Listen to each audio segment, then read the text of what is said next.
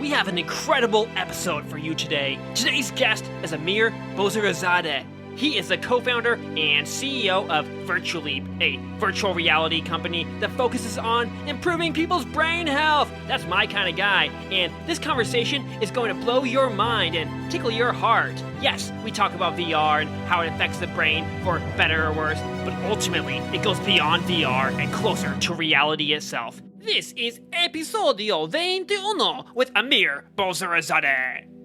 So you have this brain health VR company. So I've tried listening to some of your past interviews and finding out, where is his story? Why is he interested in brain health? What's his motivation? Something positive or negative happened in his life or his family's life or his culture or something? There has to be some story. It can't just be a business reason. Oh, it's 2017. Let's jump on the VR bandwagon and let's do brain health. So yeah, one question is, what motivates you personally to explore brain health, and also why the VR angle?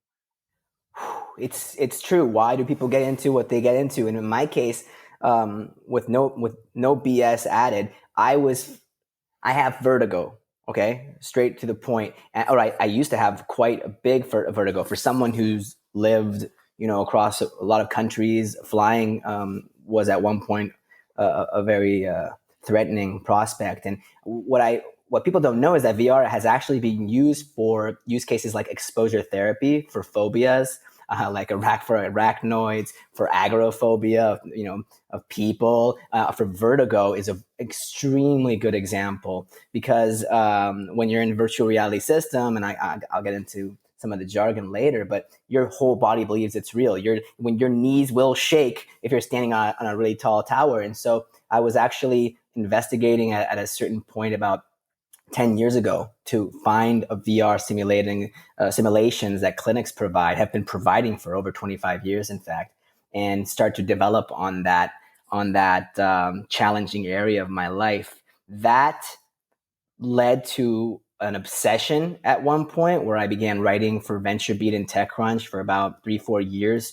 No cash involved. I just did it just to interview as an excuse the experts and the top leaders back in 2015 until 2019. And by 2017-ish, I decided I knew where I wanted to fill the gap for this technology. I knew where this technology had superpowers that could benefit us to transcend space-time limitations.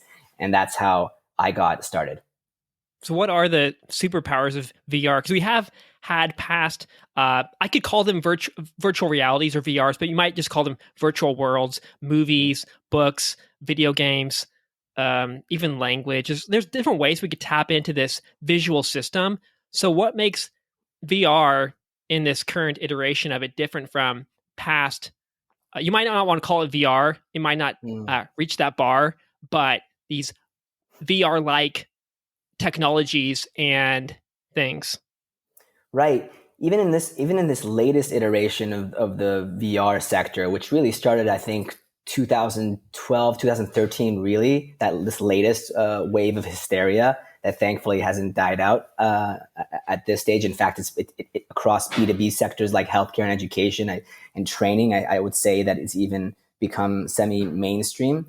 But there's a lot of these devices initially that are 3 degrees of freedom. So in fact, it's like you're stuck in a 360 video or 360 picture, and people mistakenly were calling that virtual reality. Whereas virtual reality is only when you're hijacked in a very special way across multiple human systems, non-verbal systems. So when you show, and these are thousands of studies to date on this, so this is not hypothetical, but when you show your visual sense an alternative environment, that sense in some shapes and forms serves as a master sense. And when that sense is tricked, the rest of these systems, like your vestibular balance system and your autonomic nervous system, they're literally hijacked into believing the experience is real. So the superpower is the fact that this VR and augmented reality, which is not yet to the same maturity, is literally the first embodied digital format that engages us from head to toe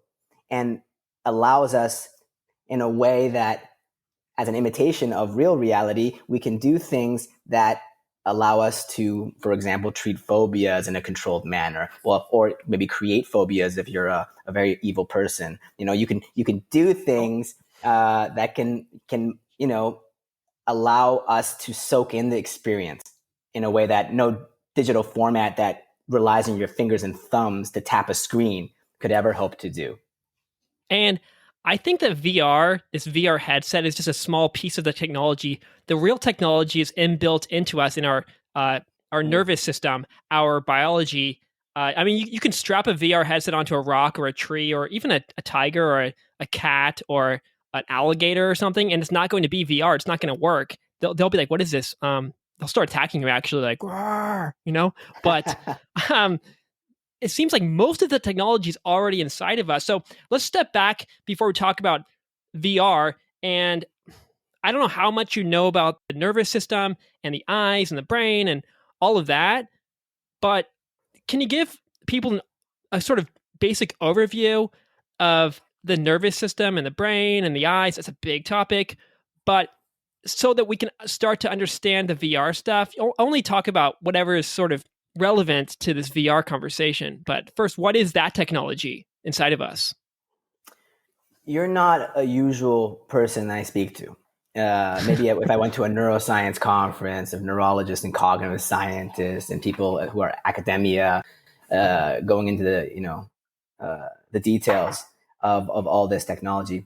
You're right that the current even virtual reality systems aren't true VR because they're literally just going through the visual sense and to some extent adapting to your body orientation, the 6 degrees of freedom of these systems. But they're not the virtual reality that Neo is being hijacked into, in which I would think your definition starts getting much, much closer to what a truer experience of VR would be, that incorporates the entirety of your nervous system across all of the senses, not just one to a somewhat full extent, but everything else to a subpar extent. I think what you're saying is not even something that I can even conceive of seeing for years and years and years. So the question is, when you talk about the nervous system and hijacking it in a way that the digital experience overrides our actual environment. The real environment is literally hijacked. There is no real environment existing side by side with a second virtual environment, which is kind of it's an intermediary step towards true VR. Is that really kind of addressing your question in a way? I mean, even VR aside, because most of the people listening to this probably have never, well, maybe, hopefully, I'll get a new audience from this, but they don't have a VR headset. They've never tried VR. They're concerned about the brain and how to be happier and how to Right. all that kind of stuff. So, I mean, even with things like TVs and smartphones and all of that, we are tapping into our nervous system and basically affecting our bodies. You don't need to cover the whole thing. Specifically, the main part is the eyes. The eyes are the main sort of sensory organ or part of the nervous system that the VR seems to currently be tapping into. So this is a really hard question, but what can you tell us about visual perception or the eyes so that we can understand how VR works and how VR helps us increase things like memory and learning and processing speed and all these things that your company is trying to do? Yeah, we should have had a dual guest episode with my neuroscientist on here and the PhDs on my end who design it. I can address some aspects of it, but I will not. I can tell I'm going to be disappointing in being able to get into the woods of what it is that ultimately allows the eyes and visual orientation of the current systems to do the magic that we're seeing, at least across so many of these types of studies, for when you trick the visual sense into another reality, that triggers a dampening effect that's seen in MRI scans of the pain receptors in your brain. And so this is one of the most popular VR applications right now in hospitals today, where they are using VR simulations pre, post-op, during op, even, like, to be able to substitute medications for pain. or for example, in the setting of rehabilitation, or all of these different types of healthcare and wellness use cases. It's still through the eyes as the primary sensory input that allows a cascading effect of all the other, other types of parts of the brain, like the pain receptors, that is like literally seen in dozens of studies worldwide. Then we know that the therapeutic applications, even in this way, through the eyes as the master sense, causing the whole magic to happen, allows us to do these types of applications. And Virtual Leap is, of course, our niche, our area is about cognitive therapeutics for disorders like, let's say, or maybe disorders is the wrong word. Maybe we'll see ADHD is not a disorder in some years, but a certain different, frame of mind or approach to learning. But we have seen evidence for it to help increase processing speed in certain populations. And that opens up therapeutic applications that I just, I can't buy that a screen-based device could ever do it. And it's thankfully permitted through this, current version of VR, which is very much based on the magic of the eyes. So it's like our brain just believes it and remembers it more because it looks more real? In every study that we look at, it literally makes, if a spider jumps at me in VR, I know that's not a real spider, but I am different than the same thing in me, nonverbal thing in me that gets repulsed by a visual sense, that even I know cognitively in some aspect that it's not real, and yet that magic is happening. And in a controlled environment in VR, you can actually use it to, through exposure therapy, through cognitive behavioral therapy techniques and methods, be able to start playing with your neuroplasticity in a way to tolerate things in a more healthy way, to be able to adapt to the world and certain challenges in a better way, because you can increase the volume of certain kind of factors in these controlled environments that are designed for therapeutic applications, like, for example, alcohol abuse disorders or addictions in general, all of these things.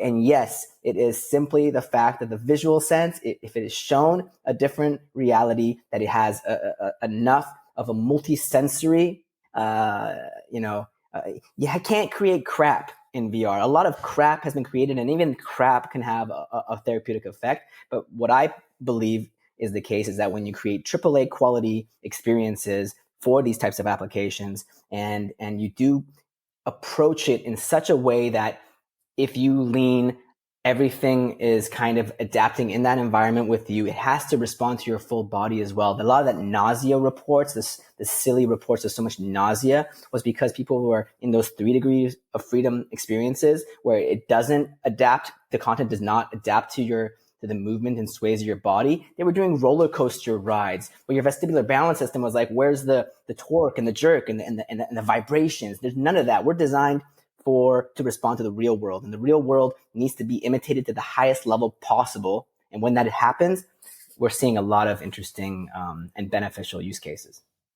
Okay, and just so for people who don't, they've never heard of 3 degrees of freedom, 6 degrees of freedom. Yes. I think freedom is a key word here, actually, because you feel more free when you have more degrees of freedom.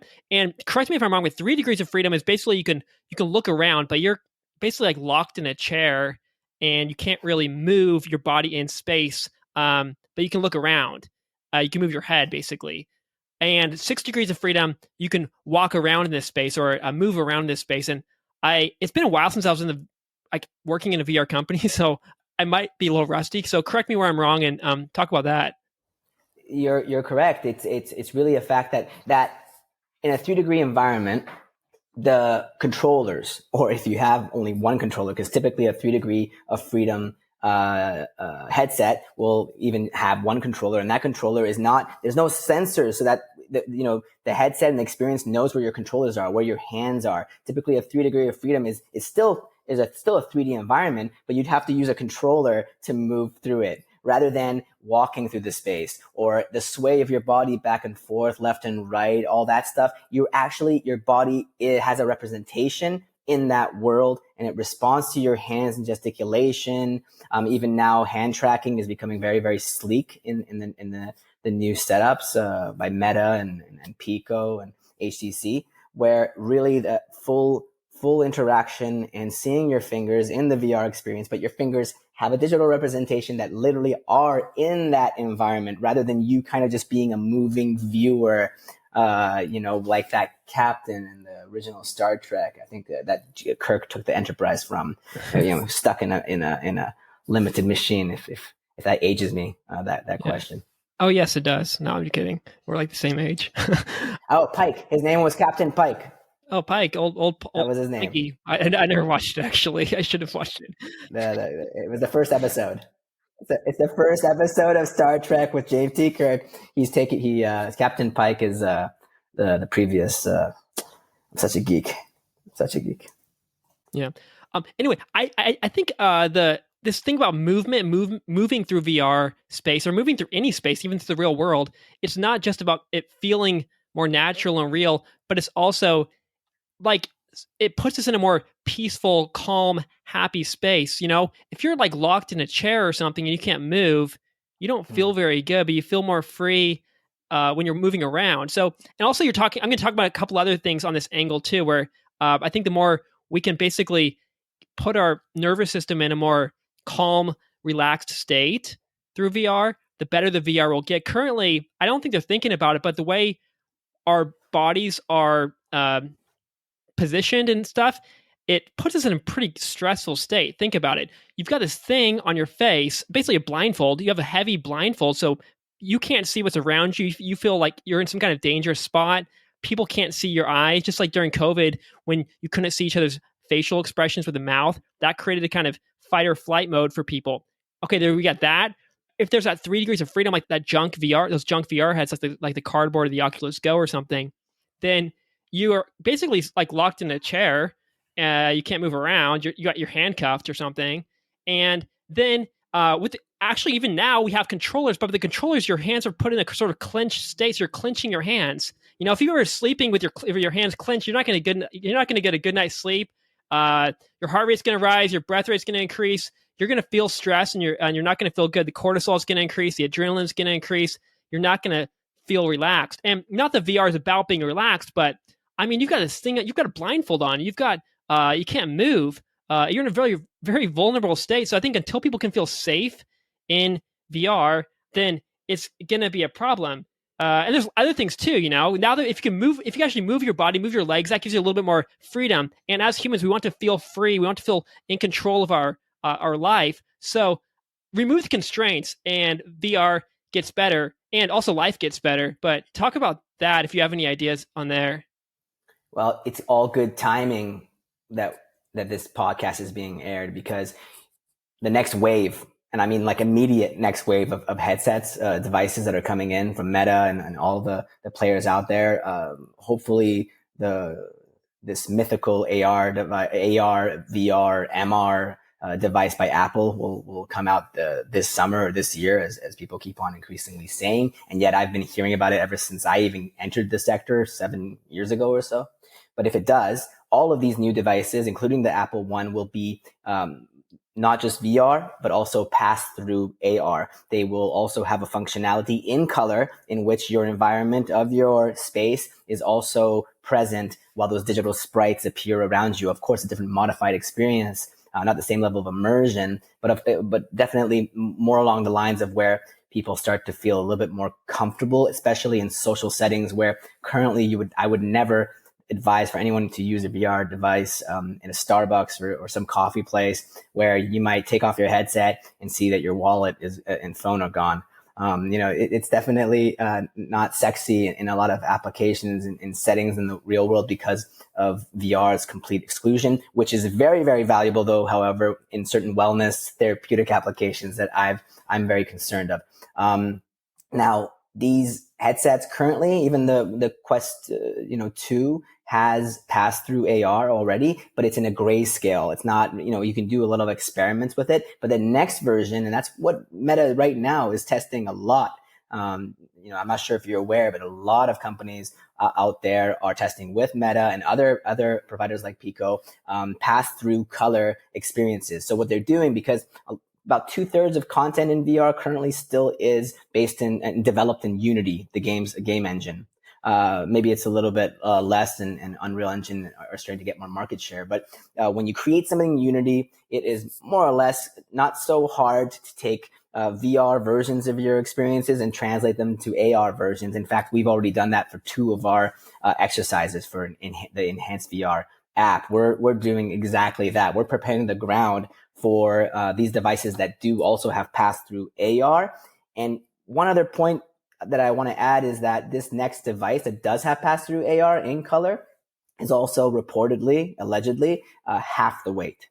So it's getting there. Even for the VR devices, it's getting there where you're right. The bulkiness, the weight. I'm not very popular in the VR scene because I do not like currently any VR experiences that are longer than 15, 20 minutes max. Me neither. I'm not a person who wants to be lost in VR.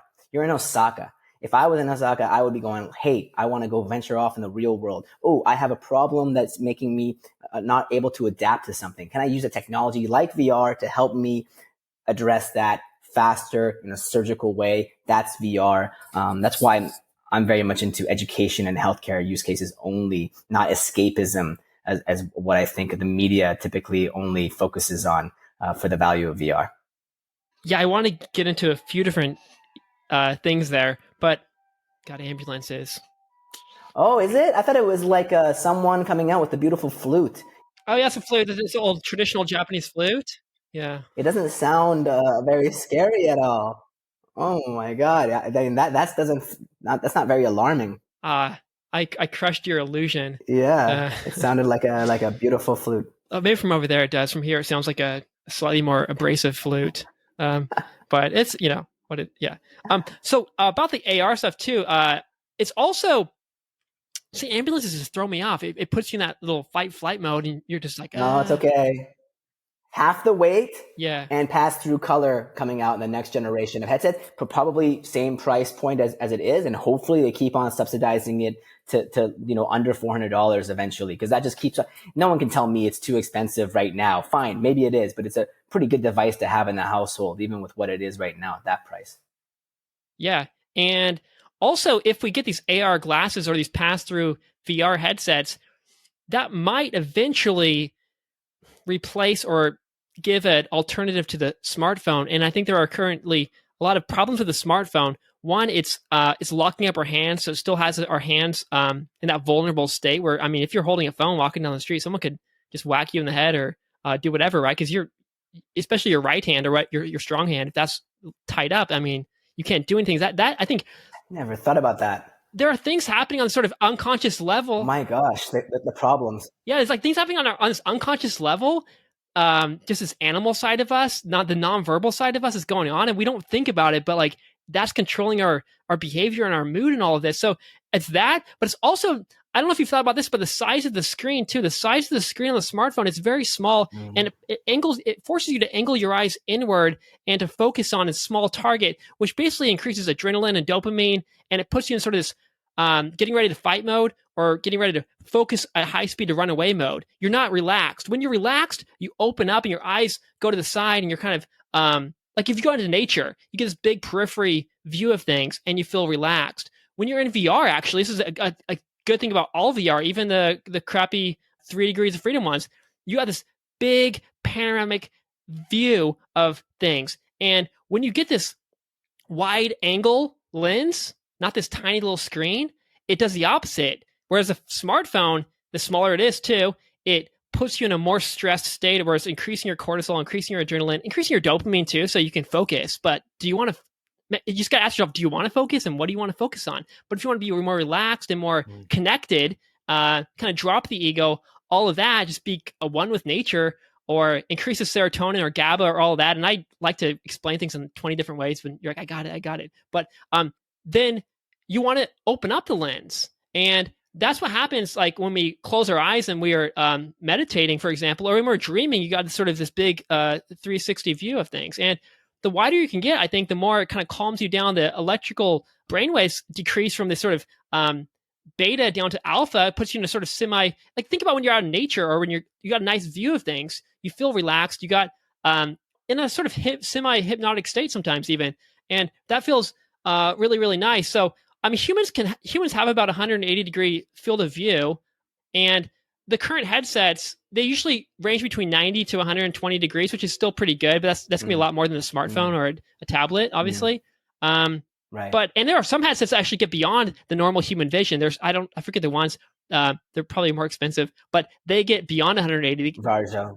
Yeah, I guess like 210 or something. So it's possible to actually extend the field of view for humans. I mean, Yeah. chameleons can see 360 degrees. I don't think we're gonna get there, but maybe if we can learn about chameleons and how to, I don't know, create some sort of chameleon-like VR headset, then maybe we can actually see all around us, behind us.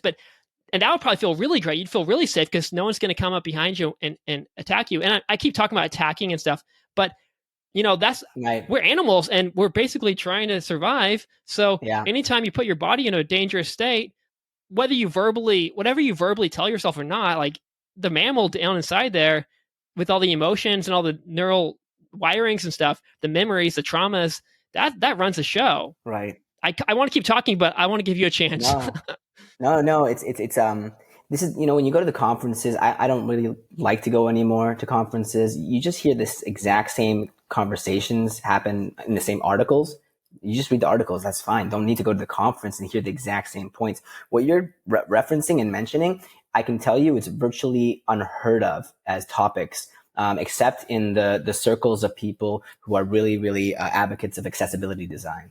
And I'm really familiar with this because when we create everything, we have a neuroscientist who ultimately outlines what needs to be designed and translated into environments. First game mechanics, and then into a 3D world. But they always are working with someone on our team, Roland Dubois, who is accessibility design expert. He's someone who takes into account right away at prototype phase, what is the level of comfort of this? What kind of can go wrong? What types of populations would have a sensitivity to this or that maneuver or input or phenomenon? We have settings that account for color blindness, or whether the game will adapt, whether you're mobility restricted in a wheelchair or maybe restricted in an airplane rather than standing up. We always avoid movement through rooms just to avoid, in the current headsets, with the weight, with all these problems, with the grip, all the things you're mentioning. I think in the next generation of the same headsets we're talking about that have the pass-through AR function, they are also, like I mentioned, lighter, maybe not light enough, but it's a step in the right direction. But also, I think a lot of the content providers are going to start throwing away those remote controls, those controllers, right? And using their hands. And I think we're certainly moving towards that direction where all our content will be hands free, because they're not just like when you bring it over to your field of view that the external sensors can notice your hands. In the right headsets, they're even watching from below. So there is proper involvement of the hands that, again, I think is going a little bit closer to what you're saying, and hopefully field of view, a lot of the foveated rendering, all these kind of things that allow ultimately the experiences to increasingly offer a comfortable and intuitive experience that is how we're supposed to be interacting with the world, rather than,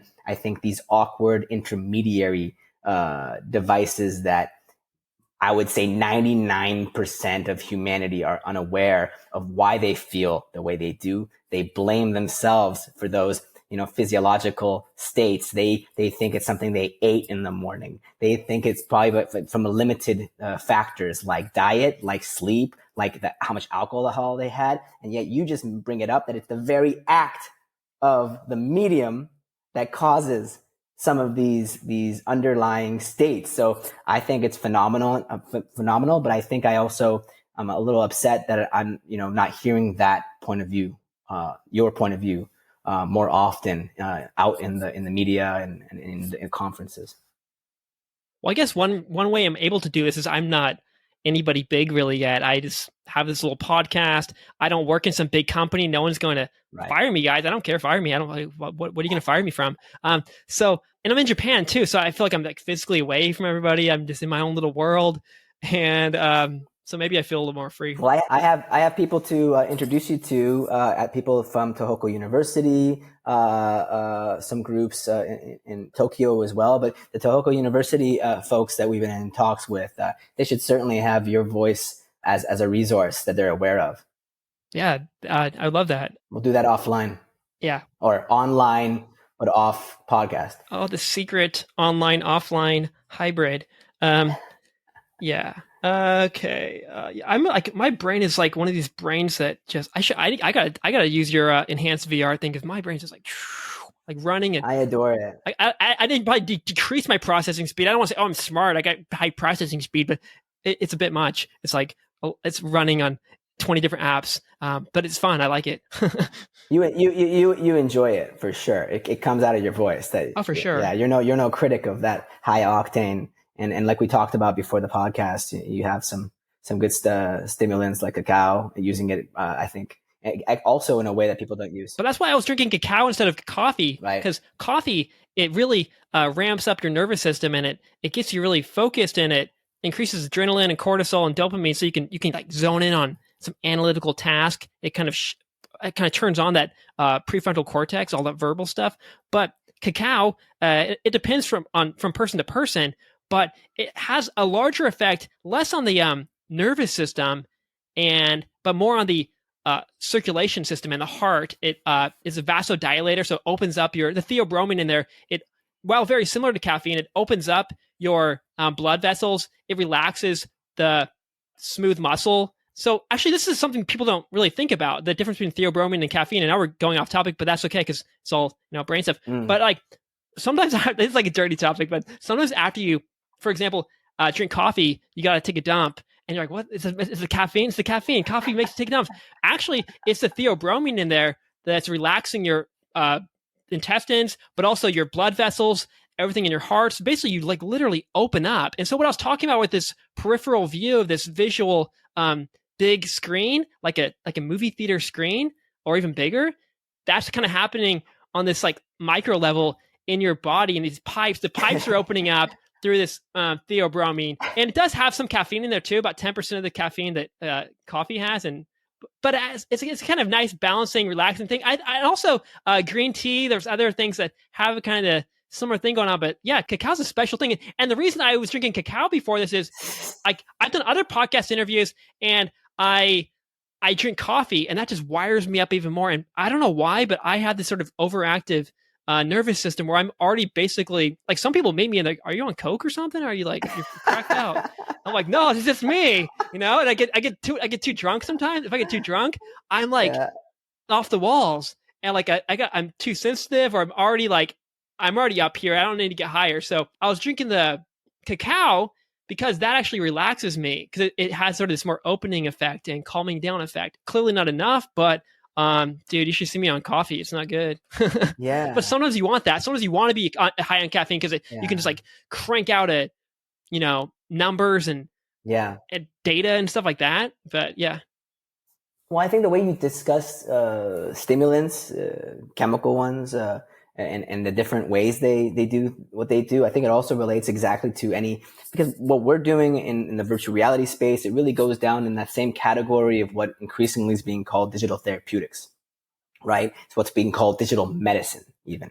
And in fact, they since Achille Interactive in 2020, during COVID, they were one of the lucky folks that got breakthrough designation. I think the FDA started letting things out a little bit more loosely, but they're the first video game that can be prescribed by a doctor to a kid 8 years to 12 years old. A video game on an iPad, for example, that they can be prescribed instead of Ritalin or one of these drugs that the U.S. is so famous for over prescribing into an opium epidemic. So the idea is, what kind of digital, and I'm not sure if this is the correct thing, because it's been like just cowboy country right now, and regulation doesn't know what they're really, I don't think, really doing, but there's a lot of things out there that are digital therapeutics, and in the same way, they're like, what does what? Here's the meditation kind of experiences. Here are the fitness VR experiences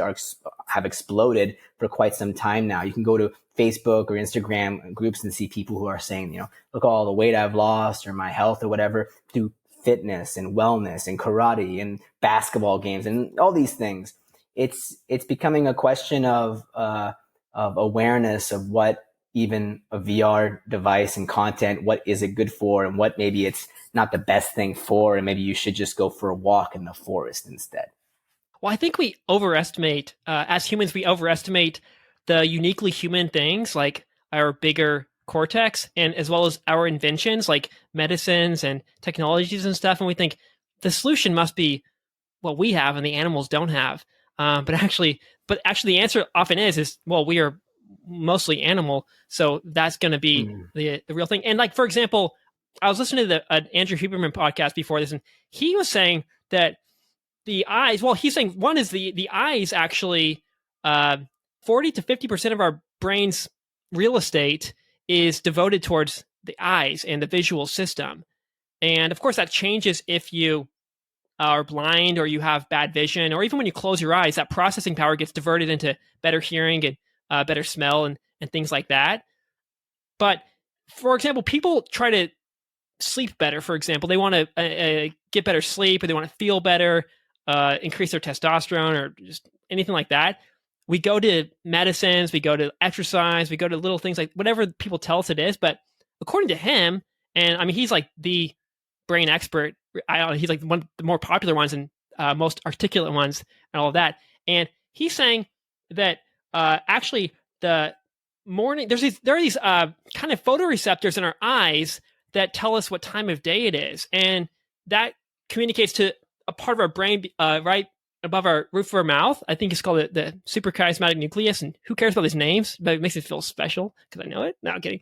But that master clock communicates everything to your body, which triggers off all your hormones, your moods, everything, your sleep. And he's saying that is the most important thing for our mood, for our hormones, for our sleep, is getting that morning sunlight and the evening sunlight. And that's actually going to do a lot. And we think that's stupid. What can that do? It sounds like some hippie California thing or something. But right. Like, I don't know. According to him, and I trust him, and we can all try. You can try it out for yourself. That's going to change. That's going to have a bigger impact on all of these health things than a lot of the other things that we're focusing on, and probably certainly medications or any of those other therapies. But that's kind of controversial to say. But it's just an example of how we didn't create the sun, so we're like, I don't want, and we don't make money from the sun, so we're like, I don't care about that. Let's not yet do this other one. But maybe that the answer might lie there, and things like that. Well, I think it's the same way you approach the holding a smartphone, your eyes narrowing, what that does to your cortisol or XYZ, physiological state. It's all about, I think, the way your approach, I think, that appeals to me is that, we're creatures with tens of thousands of years of evolution in the circuitry, and the circuitry has always been responding to more or less the same dynamics of the environment with sunlight and night and day and temperatures and all these things. Those are not more or less any different than they were before, but what's different is our level of ignorance, kind of like cocooned and isolated and increasingly like, more comfortable in some ways, in many ways, shelters and bidets that are automatic and computerized, and things that are kind of trinkets, but ultimately the things that probably are most primal in the way our system works are still the ones that are the most dominant, and yet the ones we are the least aware of. And this crap gets even deeper. Even when you take the outside world, what we perceive as reality, get rid of all the gadgets, get rid of everything. Just let's look at this outside world and what we can see, objects and colors and shapes and stuff. We think, oh, well, this is like the bare bones. This is it, But even behind that, there are things that potentially impact us even more. For example, once again, back according to Huberman, the eyes weren't actually designed for us to see shapes and colors and the world and stuff. That wasn't the original purpose of the eyes. And I guess he gets that from the fact that the oldest, the most ancient cells in our eyes or parts of our eyes are not ones related to vision, the way we think of vision, but to detect Snakes in the savannah. the sunlight. Oh, really? Yeah, well, no, beyond that, it's about detecting what time of day it is, Right. where am I in space, and when is it? Basically, when do I exist, and where am I in relation to the sun?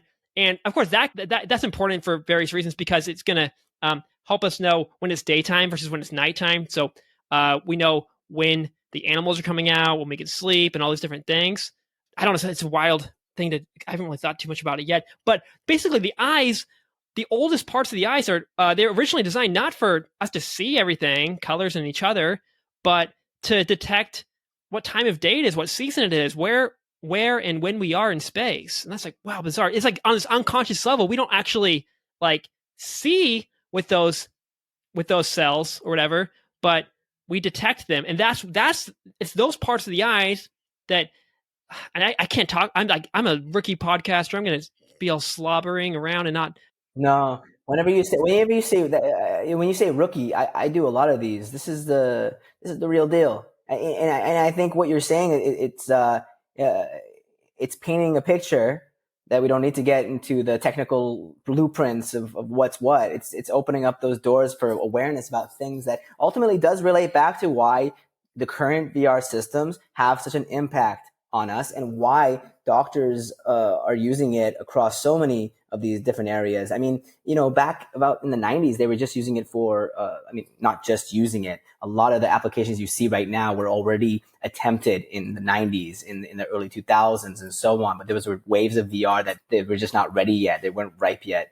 But they were used for rehabilitation of PTSD, recreating the environments of where the trauma happened for, let's say, veterans who are coming home with these kind of issues and trying to apply cognitive behavioral methodologies and therapies in that respect. But then you see in the latest iteration, I wrote one article back in like 2016, 17 about, the exposure therapy, very basic exposure therapy experiment of a spider. And they starting with just the lowest level of the exposure levels was like a speck, just like a little sprite. And then a little bit higher, you can tolerate it and start to have like form, but still not, it. And then it just keeps on getting more and more realistic in the way that we represent that, threat. But being able to go by level in the intensity of that visual perception of what is a threat and what is just not a threat. Like, where is that level? And that was the way it was created. And it was so effective that the individual who created it, he was apparently able to go from a phobia of arachnoids to within 2 hours of using his own software, being able to hold a proper tarantula on his hand. And the coolest thing about this is one argument against VR might be that, well, we know it's not real, so how's it going to work? I already know it's virtual reality, so it's not going to work on me. And that's like totally not understanding how the brain works.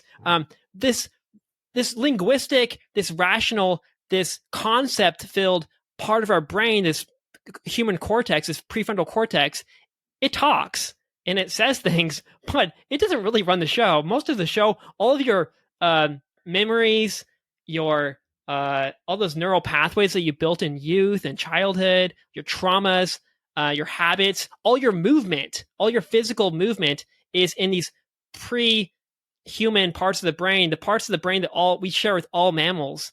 And that's where movement is. So if you take, we can't move with just our words. These parts of the brain can communicate with one another, but ultimately it's this sort of emotional, non-linguistic, it doesn't even talk. Right. It's just like this animal inside of us, and it moves. Basically, it wants to move towards things that are going to help it survive, move away things that are going to kill it. But it's not thinking all of this. And these stories that we have up here, like we can tell, like we can sometimes paint a certain image and kind of control the beast, but the beast really does run the show. So when we put on a VR headset, even if we tell ourselves, oh, this isn't going to work, I know this is fake, that part of you, that animal inside you, that mammal, it feels, oh crap, this is a real spider, and it's okay, I'm okay. And or I don't know, I did public speaking and I was okay. and or anything, any kind of exposure Right. therapy or Right. any of that, like it's real. It's just as real as anything else to that part of the brain. Yeah. And so it doesn't matter what we're saying up here.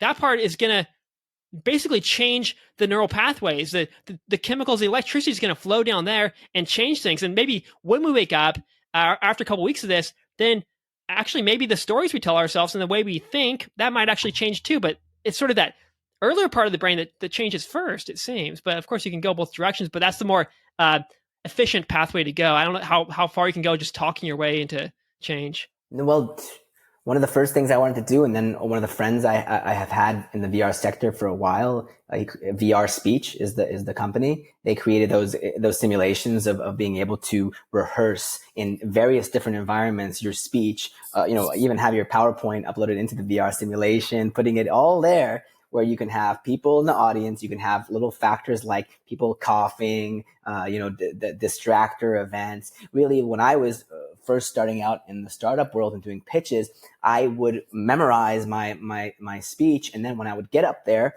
I would literally there was something internal, something primal in me that was just so nervous, and the narrator, the talker, would forget all of their preparations. It would all disappear. I would block it out because there was something tribal in me that I would say, at least I've always described it this way. Something was fearing rejection up there. And that rejection of not doing it right or whatever was nonverbal. I couldn't talk through it. There's no one who could talk me through it. I had to expose myself a little bit or something, just jump into the deep end of the pool. That's the only way I could do it. Or exposure therapy wise, just get into the pool at any point and step by step, get comfortable for it. But it wasn't verbal. It wasn't conscious. It's the same thing that, in a lie detector test. Why is there something in us that actually responds in a way that is validated as the truth or not the truth, that contradicts what the person might be actually verbally saying? Because obviously the verbal side of us is much more suspect than the physiology, and that's what the criminal system seems to at least adhere to. Yeah, and this explains also all these different things across different fields. For example, when they say, "Oh, I don't know, 80% or 90%," they throw all these numbers of our communication is nonverbal. It's our body language, and we know how to get the girl. You gotta, it's not what you say. It's all that stuff. It is true though, because we are detecting these safety cues or these health cues or these cues of mate potential or friend potential or whatever. We're not Right. like assessing that because that mammal part of our brain doesn't speak. It doesn't have words. It doesn't have language, and that's what's basically building this attraction and desire and fear and all these emotions are kind of down there. So we can blah blah blah blah blah, but it's not listening. Yeah, yeah. And I think this all relates to, again, the surgical experiences that are short, and specifically, I feel currently in anything digital is best administered in an environment that ultimately is engaging you in as many ways as possible. But first and foremost, I think it's the visual sense. And I think, again, the next generation of these headsets, they're just going to get that much higher fidelity, that level of resolution, the quality of it becoming, that crystal clear kind of water in a VR environment that doesn't feel so fake that even the narrator can shut up and say, "Oh, that's cool too." So that even the narrator side who wants to critique experiences and say, whatever it thinks is happening, regardless of what actually is happening. And the part of us that doesn't really care as long as it is acknowledged as being that thing that it knows from its evolution. Its circuitry basically says it's the same thing as the real thing. And then ultimately it creates an environment where we can do things to transcend, I think, barriers that we're too afraid of doing in the real world without these types of technologies that we can do from the comfort of our homes. Yeah, the cool thing about what you're doing, and I guess a few other companies are doing too, is as adults, we don't have many safe opportunities to rewire our brain, to redirect those electrical rivers in our brain, these habits, these like strong neural pathways that were built in these myelination years, these neuroplastic years of basically between ages like 3 to 7, and then in adolescence and high school. So like a lot of us, I was interviewing another, she wrote these books about mammals and about happiness and stuff, Loretta Bruning, and she was saying, she always says, oh, it's always high school in our brain. And it's really hard to get beyond high school because that's when a lot of your neural circuits, your habits, your desires, your fears and things were built then. And then also in these early childhood years, you're very plastic, moldable brain at that time. But after that, you still can change your brain, of course, but it's harder. And how do you do that? How do we learn and how do we increase our memory in adulthood? And this isn't her, this is not me speaking, but I think we've all heard it in self-help books and different things, or even on Duolingo, for example. And this is the way I talk. I just like, you got to pick up my pieces because I don't really, yeah. Yeah, but in Duolingo, for example, I was doing that earlier today, and it says, oh, speak out loud while you're doing each sentence. Like, so do the sentence, yo hablo español, and type it at the same time. And that, I think, you think, well, why does that work? Well, you're engaging more of the senses. You're speaking it. So memories aren't stored in like one part of our brain. Like this is where this memory is. Like, it's not like Eternal Sunshine of the Spotless Mind where you can sort of delete a memory by cutting out a piece of the brain. The memories are like, pieces of them are scattered in different parts of the brain. So the visual aspect of that experience is put in that visual part of the brain. And maybe I'm wrong, but this is like what I understand. And the auditory part of the experience is sort of that part of the brain, and etc. And later on, your brain somehow magically puts all the pieces together in the different libraries and creates a cohesive memory.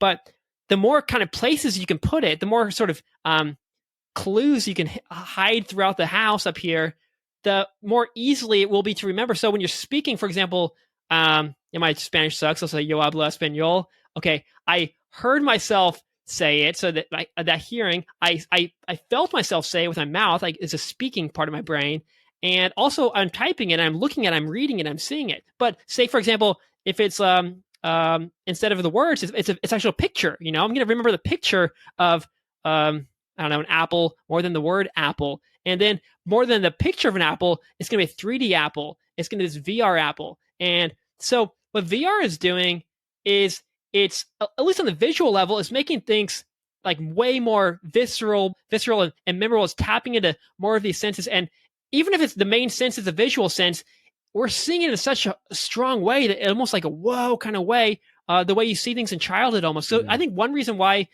we remember things so easily in our childhood is not just that our brain is still developing, but we have new experiences and we have these sort of intense experiences because everything is intense because everything's new. So you're like, whoa, I better remember this. This is new. Whoa. Well, we grow up, and I know I'm talking a lot. I'm sorry, but and then no, I'm in. Yeah. And I'm supposed to be interviewing you, but it sounds like I'm interviewing myself. But That's the best interviews. And when you're giving advice to someone, you're giving advice to yourself when it's the best kind of advice, I think. So, I mean, actually, I started off the first 10, 12 episodes of this podcast was just me talking. So I think that was my original thing, and I was and maybe it's going back there, but no, I got to be social. No.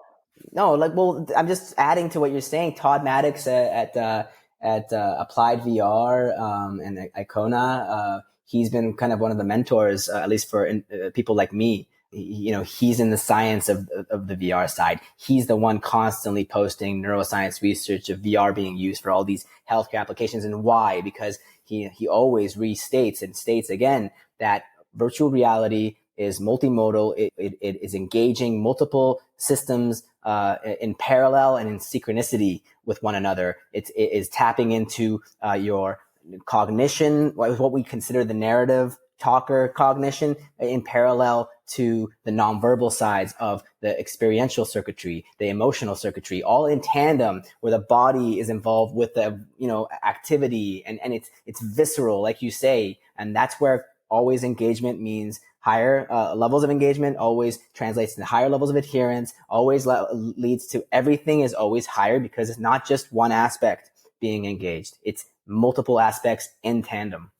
Yeah, once we bring in some kind of VR nose and haptics, we already have some of these. I don't know if we have the nose thing, but some weird VR nose headset, and we got the 3D spatial audio is really good, and we got good haptics, and we're getting closer to that Matrix thing that you were talking about, just bit by bit. Yeah. The more like what you're doing is trying to help people increase their memory and learning and processing speed and overcoming these conditions, these mental disorders and things. And this is really, really cool. The way it already is with this intensely visual thing that's going on, that's already maybe enough to start rewiring our brains and start healing from these things. So it's really sad, we are these adults that we were just thrown through childhood, thrown through our teenage years and our culture and different things, and also getting thrown foods and all kinds of other crazy stuff that we didn't really choose. And then we grow up and we're like all frazzled and broken, and we can't really heal because the stuff they're giving us is just mostly making it kind of worse sometimes. And then we don't really have this. We already passed this plastic year, so our brains like kind of has these barnacles on it, and so like hardened up and right. It's like VR is like this laser beam that kind of like how people like get their kidney stones, they laser them away. It's like VR is kind of like lasering through your brain and getting rid of these brain stones and fixing you. Which brain stones. I don't know what other kind of technology could do that.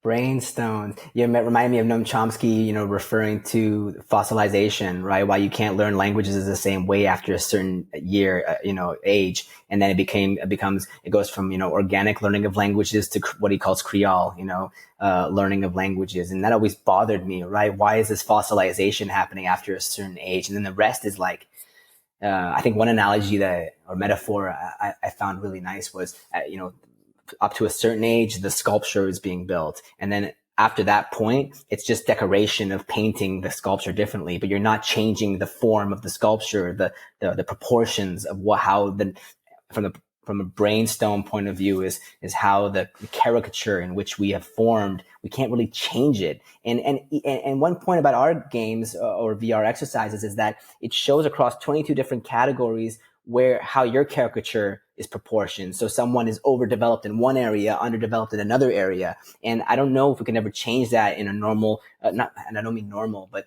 in individuals that are pretty well adapted, or they feel pretty well adapted to the world. My spatial orientation skills are really low compared to everyone else, at least in my company, and on average. And then that makes so much sense because, not saying I can improve it, but at least it tells me something about myself. Because when I'm with my friends or anyone out in the streets, especially here in Europe, they're always wondering why I have such horrible spatial orientation. I don't know where the north is. I don't even, I'm there a week and I'm still getting lost sometimes. They think I'm like an absent-minded, like early professor kind of type, stereotype, but I'll just show them my scores from enhanced VR and say, hey, don't make fun of my disability. I mean, this is what it is. My spatial orientation skills are really low. And can we start to look at ourselves from the point of view of what these games ultimately show? They can be therapeutic in some conditions like ADHD, or you're not sleeping well, you're lower than your usual optimum, for sure. But in general, for the general population, I think it tells you where you're, when you go to the gym, some people, will only develop their upper body and not their legs. And they'll be making fun of, hey, what about those chicken legs? Well, we got to find out where our chicken legs are cognitively so that we don't blame ourselves sometimes for not being exactly the same cookie cutter image of that person who is really doing well in this thing and that thing. Some things are just automatically you're good at because that's the caricature in which you were, fossilized, in which your brain stones have kind of lay on top of one another in that specific orientation. Yeah, and then you could take that data that you're getting and you can either get some kind of VR therapy for it or some non-VR therapy for it. It might inform the people, right, maybe you need this prescription medicine, or maybe you need to exercise more or do something else like that. And so right. I guess we haven't really talked, we've been getting all philosophical. We haven't really talked about your company much yet, but I think people are kind of getting a picture for what it is. Right. But from my understanding, there's sort of these two sides that we've hinted on, and the two main sort of parts is one is it's this brain training, kind of brain games that people play in VR to increase various skills, right. like you had that a spatial skill and there's different ones like that, different metrics. And two is like it's a measurement thing. It's collecting this kind of, I don't know what biometric data it's collecting, but it's collecting certain kinds of data right.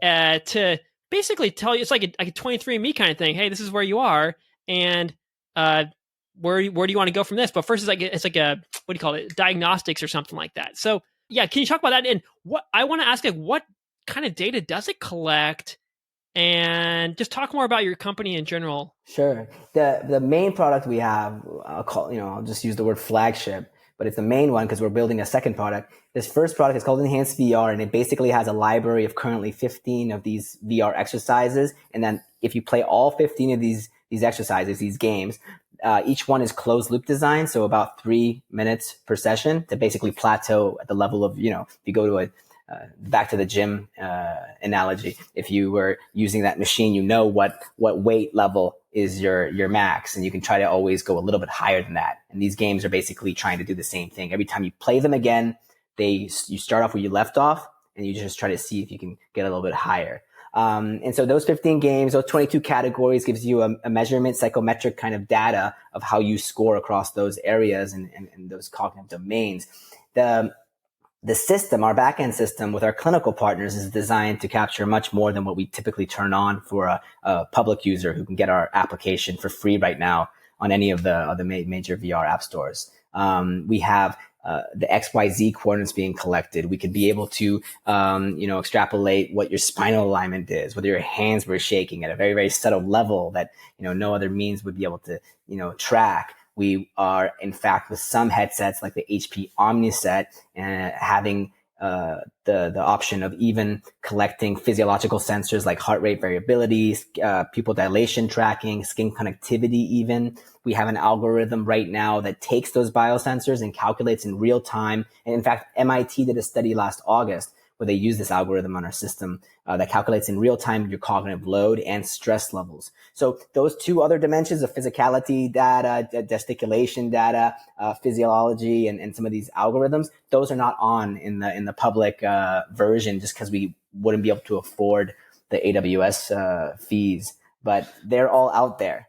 A second product we're testing with partners like Roche is a pre-MCI screening tool, also, of course, in VR. It's a 30-minute test that we believe will be more sensitive to detect not just MCI, but even earlier than that. And by that right, being able to be applicable and useful for all sorts of use, therapeutic areas, not just the scary path of avoiding, if possible, Alzheimer's and dementias, but more than that. And I think from the point of view of the current TikTok mania and all these gamified mechanisms that are destroying our sustained attention skills, I think that it's kind of more and more important to maybe do like an annual use of this what we call CogniClear VR.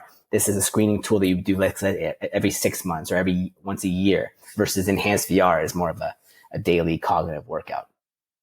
And in what kind of format do the users get this data? How do they learn about it?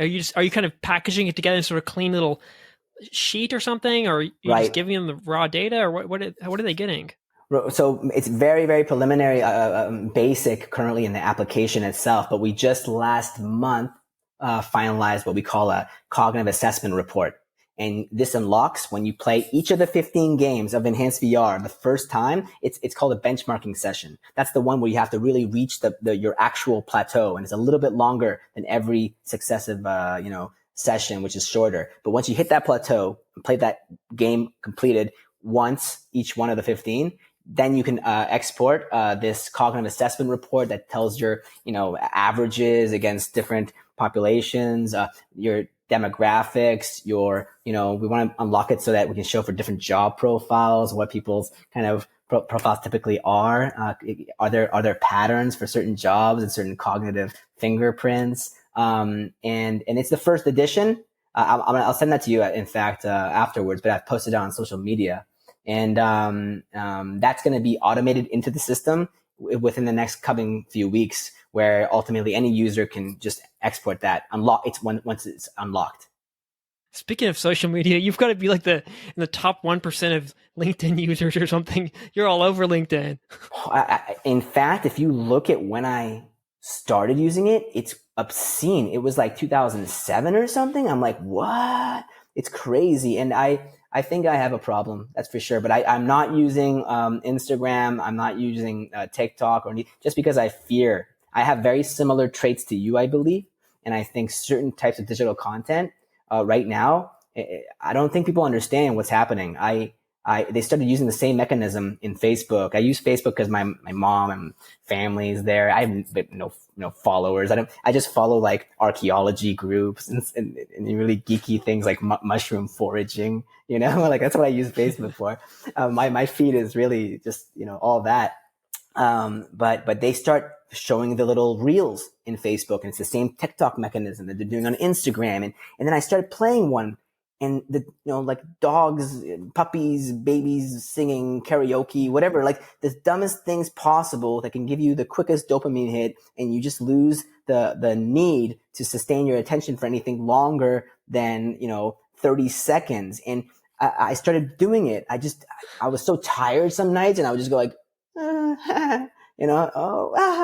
like, and it trains you like the most basic part of us. It's trained. And I'm telling you, I see a cognition crisis coming up in a matter of less than a handful of years because of all these things that are being allowed rampant.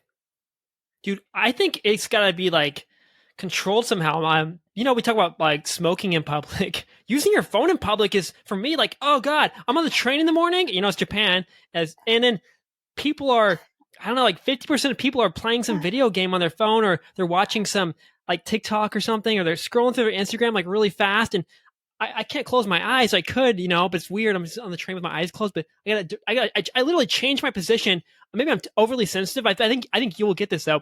Where it's like I see this thing in the corner of my eyes, like this TikTok thing going off for some video game. And it's like 8 a.m. And I'm like, oh, I feel like my head's gonna explode. So I have to like divert my eyes and hide basically, because this stuff is jacking up my system. Even just being a bystander. And so, I mean, if you're like actually on that yourself, like, and waking up to this, dude, man, I don't know. It's just a mess, man. It's like, it's drugs. It's straight up crack or some kind of hardcore drug. It's going to get worse because they're not, the U.S. Congress, they're like trying to, ban TikTok, but not for the right reasons. They're doing it for the political stuff, the data collection stuff, all reasonable, just not my interest. My interest is, these kind of things need to be just watched for what they're actually doing, because we're going to have a generation of I know every older crowd, and I'm almost 39 next month, right? My wife goes, Amir, you already sound like that grumpy old stereotype man who's like, nah, when I was that age, like she says I'm already like that, but it's going to be real this time, because some of these kids, I'm being told by parents and people that we work with that they're not even really interested to watch a Netflix 30-minute show anymore or something like that. They can't, they have to just do 2-minute bites. If you can't sustain them consistently with dopamine high levels, because they're expecting dopamine highs constantly. They don't want, how many of them are being affected in a way that I think is being studied right now? It's called TikTok brain, in fact. Have you tried out the new TikTok VR? I'm just kidding, man. Can you imagine? What does that even mean? And once they release TikTok VR, TikTok VR, I don't know. It'd be like TikTok. It'll be like you're in VR, but it's like things jumping around at you, like just like attacking you and stuff. I literally feel like VR has already the possibility and potential in the wrong hands of a designer and developer, especially who doesn't give a crap about accessibility design, can cause a heart attack, can create a trauma. That would. I think TikTok VR, I think would kill a lot of people, and they would realize that this is not safe. I'm telling you, they say that people can die of a broken heart, with the certain events, emotionally, sufficiently charged, they can hurt us in a way that we're not also very conscious of. I think we're treading into, VR is a double-edged sword. I'm not a popular person in the VR sector because I don't believe in it being used in too many escapist or ways and modes. But I feel like am I too grumpy? Is just because I'm a grumpy? I'm getting old, or is it? But really, this is what we're seeing. It's going to be a tsunami of cognitive disorders, and probably that will translate even to increasing these dementias and these cognitive illnesses. I mean, how can it not? Just like how after people go through some kind of cleanse or some fasting or something, or they go on vacation and they go back to their hometown, right, you can sort of see things more clearly. Do you think that going to Europe going to Barcelona, I think an overall cleaner environment, did that Mm, clear up your perception of things and maybe make you more sensitive yourself? Because I feel like that's happening to me. I can't blame it, attribute it just to location change, right. but you're able to sort of, yeah, maybe you're a grumpy old man, but maybe you just are um, slightly separated just enough to be able to see things a bit more clearly. It's a good point. It's a good point because we're products of our environment, at least the narrative side of us that clouds a lot of our perceptions or clouds a lot of the things that the animal side of us is aware of, but we're so estranged from that side. And you juxtapose the position of your, of where you are to a country where you can't understand natively the language. You don't understand the norms. The Spanish out here that I'm with, they're often in Northern Europe, where they're typically more, like what was it? I think it's Sweden. They were like, when COVID happened, they didn't need to socially distance because they were already socially distancing as a culture, right? So but like in Spain, it's the opposite. They're like, if a Spanish person comes to someone up north, they're like, why is he so close to me? He's coming into my sphere of, space. This is my egg of space, and they're intruding in it. They're talking louder. Why are they talking so loud? When I was living in Portugal, they were like, having their stereotypes of the Spanish. They're like, oh, they're talking so loud over there. Why? Things that change up the norms make you conflicted in certain ways that if you're that sort of nomad kind of spirit that actually enjoys that, as I do, then you do adapt. If you really just want to go back and tuck yourself back into your home village, that's, I think, something I see more often than the travelers. But yes, I think maybe unconsciously in some ways that I mean, consciously acknowledge these things have given me some kind of perspective. I think when you're in Japan, that I would say is even far more contrasted, diametrically opposite in some ways versus Europe to Canada, where I'm from. It's not that I don't think of a cultural shock as it would be for me to be in Asia or and some of these cultures where the writing goes in different directions, even so it's a question of constantly putting yourself in different environments that does have a benefit. But I think we're also just designed to be neurotic because when I was in Canada, I wasn't liked very much personality wise, but here in Spain, our type of neurotic way of thinking and talking, it's really cherished here. And I'll tell you, they always study the Mediterranean diet, but they don't really ever talk about how the people in the Mediterranean typically are always outside, typically in social settings, with a beer, a glass of wine, talking their problems out much more readily and flowing the mental garbage that accrues in everyone naturally, but festers in the imagination too long in many people nowadays. Whereas out here, especially in Barcelona, where I am, people are just letting it out. I don't know. There's a mental constipation that we're not aware of as well. There's mental excretions that we're not aware of, and I think that's really struck me particularly.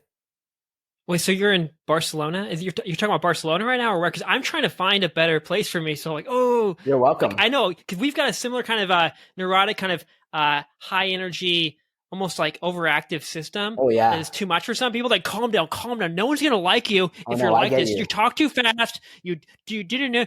People don't like that. I'm like, well, it's me, and I like it, and some people like No, it, you're my tribe. and the people I like the best, my favorite people like this, and I like them. They're like that. So this is what I am. But people are gonna listen Yeah. to this like I can't understand what he's saying sometimes. Slow down. You don't need a coffee. You don't need a coffee for this session. I particularly do of all the check marks of why to live in a place, Mediterranean cities, and in particular for non-Spanish speakers, uh, Barcelona is certainly one of the most welcoming places for crazy people like us. I know you're probably getting hungry. It's like lunchtime. I want to get on a talk about a few more things, a couple more things. Like, is that okay? Just a couple more. I have to prepare in 6 minutes for a talk to some kids. Yes, but I want to be on a follow up. I am not. I mean, that's already gone over. I would let it go. Yeah, Hours. even like off the podcast, just talking. I don't care. This is fun. Yeah.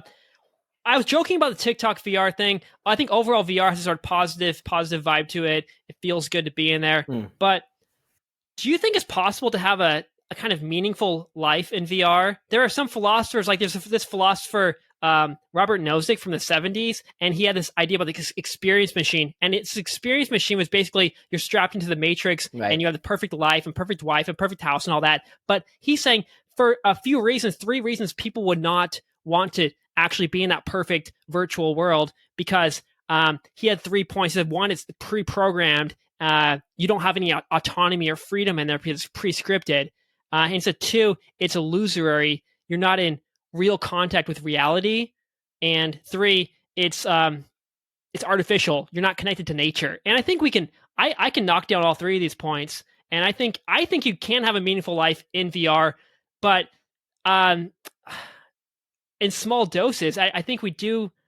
I'm not really sure where I stand on this. I think overall, reality trumps virtual reality, and human-made things are always going to be more pleasurable, and we're going to want them more than these AI-created things. But to what extent can we? To what extent can we create meaning in VR? Can we live it? Can we live in there, or can we only spend 20 minutes in there? How much reality do we need, and how much VR? How much can VR replace reality? I'm so prescriptive in my nature, as if I can just, be the ruler of the universe, for example, with my thoughts. But I'm totally aware that the people have the right to do whatever they want with these technologies for whatever reasons. But my point of view is that when people talk like this and want to do those things, it's because of some trauma or something in their life or the way they are that is not well adapting to the world. Because the world, I mean, do you not have enough resources to be able to change your external situation? Do you not have, are you escaping something? Are you, that's my point of view, because I'm thinking about myself and those periods of my life, like, early, being a gamer, putting myself in those, multiplayer games, with groups of people that you were playing with and competing with and having meaning there because I didn't feel meaning in my life. I feel like when we're putting these things into digital worlds, it's because we're running away from something that we feel powerless or unable to adapt to in the real world. Maybe there's a physical problem. There's a disability of sorts. Who am I to stand away from someone who can, be able to benefit and have a fuller life by having a significant portion of their experience in a virtual world. But if you don't have those things, and in general, I think it's something to avoid these types of ideas. The real world, I think, beckons us. And if we feel disconnected to it, let's use these technologies to figure out how we can circumvent that, overcome it and transcend it so that we can, again, go to the world that I think we're designed to live in. I totally agree, and you just exploded like 100 more ideas out of me. But you got to go, and we'll but part save two it for next time. Part two. We definitely got to do this again. Part two. Oh, part two, yeah. Part two. Starting now. Just skip your thing. Yes. Okay. No, well, I'll be away. I'll be away next week. To China, in fact, and then I'm back, and then the end of this month or next month. Michael, you're definitely someone that should have their voice heard much more. I'm gonna share it like crazy when you post this. And no, I'm telling you, I'm gonna be able to connect you with the coolest individuals that I know in this sector that will, I know, appreciate you just as much as I do. So I thank you for having me on this show, and consider me one of your steadfast supporters and fans. No, me too. And I benefited so much from this personally, just talking to you and bouncing ideas off of you. I love our energy is kind of just even just virtually. It's good. This is good stuff. And I'm coming to Osaka. I listened to some of your other podcast interviews, and I was like, because I don't know. I'm not trying to bash on them, but it was very about business. Yeah. And I didn't want to talk about business. No. And so I was worried that maybe this whole philosophy, a biology angle might just throw you off, but it totally worked. And I'm so happy to see the side of you. And let's do it again, like in a few weeks or in a month or whenever. Yes, I'm in, and we can go any direction you want. I value these conversations more, ineffably more than any other conversation, because I think those are, the more artificial the conversation is, we're already too artificial. I mean, we're trying to be less, right? But it's like almost like an endless well of discovery. It's just so hard to do it. So why add more? At the very least, let's start off in conversations where we try to shed the masks and the personas, right? And last thing, if people want to try out your VR, your enhanced VR, or they want to connect with you, just give us the links or whatever. Yeah, on virtualleap.com, there's a download section, and it'll go to the links of if you have a Meta Quest device, go to the App Store there. We're on every major VR app store. I don't think anyone who's listening to this who would want to get a VR headset or has one who can't access it right now. It's called Enhanced VR, and it's free to download. It's free to play. If you want to connect with me personally on LinkedIn, again, as Michael just mentioned, I am obsessed with LinkedIn. I wake up to it.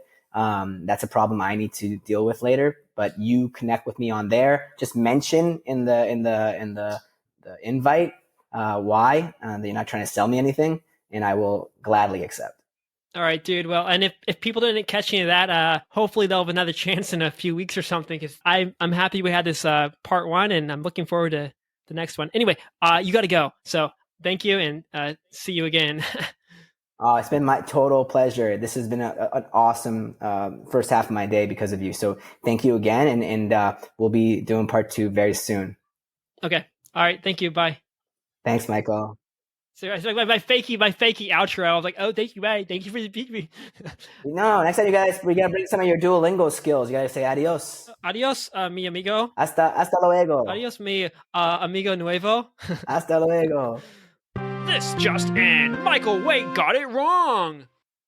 I just fact-checked myself after this eye-opening episode on VR, and whoopsie, I made a boo-boo on the doo-doo. Caffeine does, in fact, cause bowel movements. What? And theobromine, of course, does too, but they each turn on the sludge factory in their own beautiful, disgusting ways. Who knew? There are multiple roads to the land of poo, but there's hardly any theobromine in coffee. Just a little bit. There is some, but it's just a little bit. Where I got it wrong was I thought that caffeine gets metabolized or broken down into theobromine. And while theobromine is indeed a metabolite of caffeine, along with its super cool cousins that don't want to hang out with me, paraxanthine and theophylline, but in the human body, for the most part, caffeine, when metabolized, is not broken down into theobromine, that stuff in cacao.